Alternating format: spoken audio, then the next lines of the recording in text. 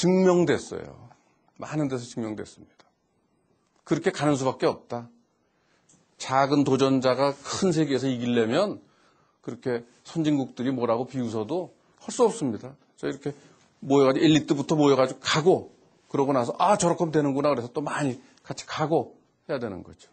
핵심 역량 얘기를 많이 하는데 핵심 역량은 나는 뭐를 핵심 역량으로 할까? 이건 우스운 얘기예요. 핵심 역량의 첫 번째는 나는 무엇이 될까? 우리 기업의 핵심 역량은 무엇으로 할까? 할 때 첫 번째 정해야 되는 것은 우리 기업은 어떻게 될까? 어느 영역에서 무슨 사업을 가지고 어떤 모습으로 될까? 라는 비전을 세우고 나면 그 비전을, 내가 세운 비전을 세우는데 걸림돌이 되는 방해자들이 꼭 있습니다.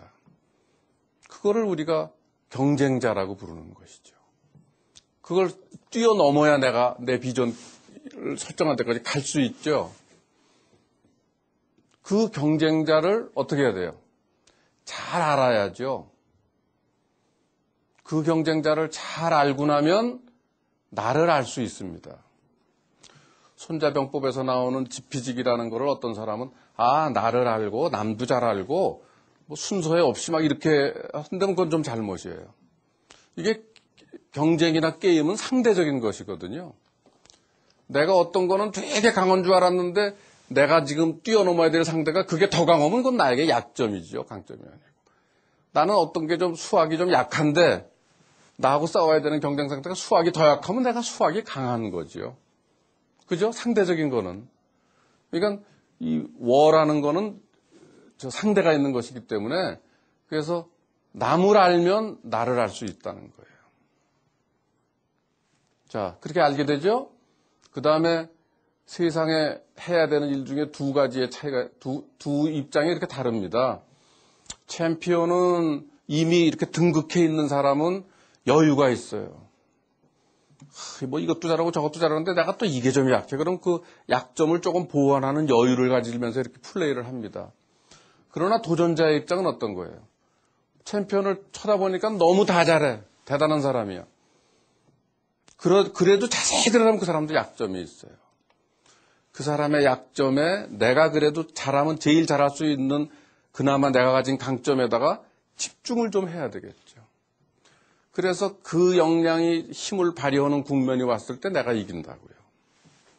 그거를 전면적으로 마치 1부터 10까지 다 잘하는 우등생처럼 1등한다.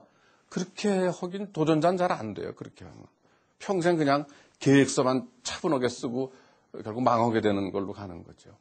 그래서 챔피언과 도전자의 그 절박한 도전자의 절박성은 하여튼 이 역량 중에 핵심을 뽑아서 그거를 굉장히 강하게 만들어야 된다. 다른 거 다 잘 못할 수 있다. 그러나 이게 난 승부수라고 생각한다. 이건 이긴다라는 거예요. 이거를 제일 훌륭하게 해낸 분은 이순신 장군입니다. 임진왜란 사고 같은 거 보면 거기에 나오는 내용 중에 이순신 장군이 한 행동을 분석해 보면 제일 많이 한 행동이 뭐예요? 척후병을 보내는 거예요. 일본이 절대적으로 셉니다. 무기도 세고 뭐 다 세, 인원도 많고. 그런데 적을 아는 거죠. 적을 아는데 매일 노심초사합니다. 이거 하는데 시간이 좀 걸려요. 그래서 이순신 장군이 13전 13승을 했는데 그때 조선 정부에서는 싸우면 이기는데 왜 자꾸 싸우지 안 싸우는 거야? 이렇게 오해를 해서 이순신을 감옥에 넣기도 했죠, 중간에. 왜 명령을 하는데 왜 안 쳐들어가? 잘 싸우면서. 근데 이순신 장군은 그거 아니에요. 이 정보를 가지고 이미 싸우게 되게 만들어 놓은 다음에 싸워서 확인만 하는 거예요. 그러니까 이기는 전쟁만 싸우는 거예요. 이길 수 있다고 전력하고 내가 준비한 역량하고 적의 안거하고 딱 판단해서 이건 꼭 이긴다 그러면 이순신 전쟁하는 겁니다. 이순신이 목표로 한 건 뭐예요? 언젠가 이순신 보고 이순신한테 육군도 맡기면 잘할 것 같아. 이순신은 자기 목표가 뭐냐면 해상을 일본군으로부터 해상을 완벽하게 지킴으로써 나라를 지킨다. 이게 이순신이 가지고 있는 고울이라 할까? 비전 같은 거거든요. 그러고 그 영역 내에서 이렇게 해가지고 일본이 전반적으로 뭐 너무 강하고 다들 두려울 정도지만 자세히 들여다보면 우리가 이길 수 있는 길이 있다 해서 찾아서 그렇게 하니까 13전 13승을 했다는 거죠. 그래서 저는 핵심 역량을 얘기할 때 처음엔 거리가 먼 것 같지만 이순신을 많이 얘기합니다. 글로벌에서 기회를 다시 잡을 수 있는 세 번째, 이제 더 본질보다 수단으로 들어갑니다. 브랜드라는 말을 요새 많이 써요. 국가 브랜드. 무슨 브랜드? 브랜드력이 최고다. 브랜드를 어떤 경영학책이나 상표, 한국말로 상표라 한다. 이렇게 적어놓은 책도 있어요.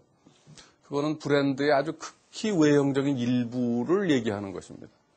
브랜드는 그냥 브랜드라고 번역하는 게 맞다 이렇게 얘기도 하지만 그렇게 한글 가지고 그거 대변이 안 될까요? 저는 하여튼 브랜드는 뭐라고 제가 오랜 이 경험을 통해서 브랜드는 무엇일까라는 거에 저는 신뢰이다라고 그렇게 정의를 했어요. 브랜드라는 것은 내가 만들어내는 제품에 이렇게 딱지를 붙여놨는데 이 딱지 붙은 것은 틀림없는 것이니까 앞으로 매번 점검하지 마시고 이 표시 있으면 그러려니 알고 사세요. 이런 거거든요. 신용을 얻기 전에는 어려운 거예요. 그래서 트러스트는 메이킹 한다고 안 그러고 빌딩 한다고 얘기하는 게 맞는 것 같아요. 트러스트를 만들어낼 수가 없어요. 트러스트는 쌓아나가는 것이죠. 시간이 필요합니다.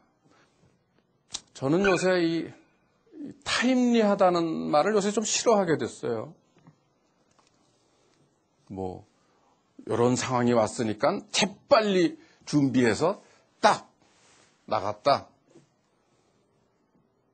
그런데 타임리의 반대말은 뭐 정확히 반대말이 될지 모르다. 하여튼 영어적으로 반대말은 타임리슬리 같아요.